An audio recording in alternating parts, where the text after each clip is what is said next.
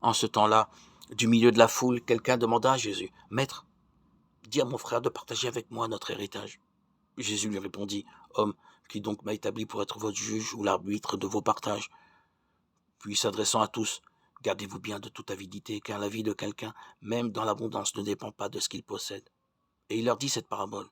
Il y avait un homme riche, dont le domaine avait bien rapporté. Il se demandait, « Que vais-je faire, car je n'ai pas de place pour mettre ma récolte. » Puis il se dit, « Voici ce que je vais faire, je vais démolir mes greniers, j'en construirai de plus grands, j'y mettrai tout mon blé, tous mes biens.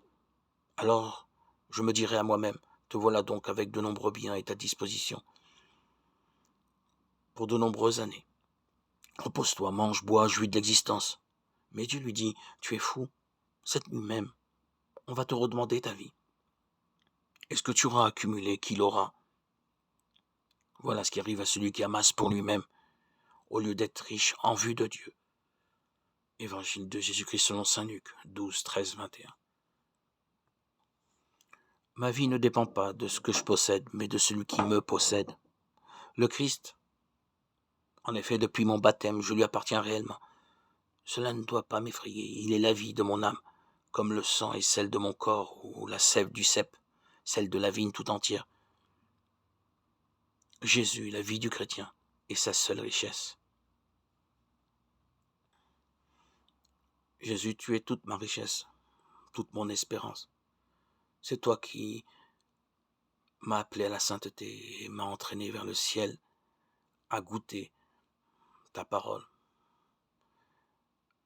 Par mon baptême, Seigneur, les réalités terrestres me sont apparues si décevantes. Avec toi, Seigneur, je grandis, je me réjouis et je te bénis et je te rends grâce, Seigneur, pour toute cette fécondité, cette réussite intérieure, cette gloire que tu me fais connaître, cet amour insondable qui m'envahit. Par ton esprit, Seigneur,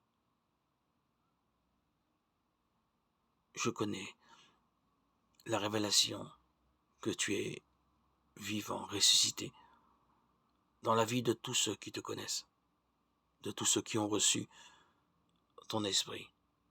Tu es bien, Seigneur Jésus, le Fils de Dieu, le vrai Dieu, le Dieu d'Israël, le Dieu véritable, le Dieu 3 fois saint, Père, Fils et Saint-Esprit, le Dieu unique, un Créateur,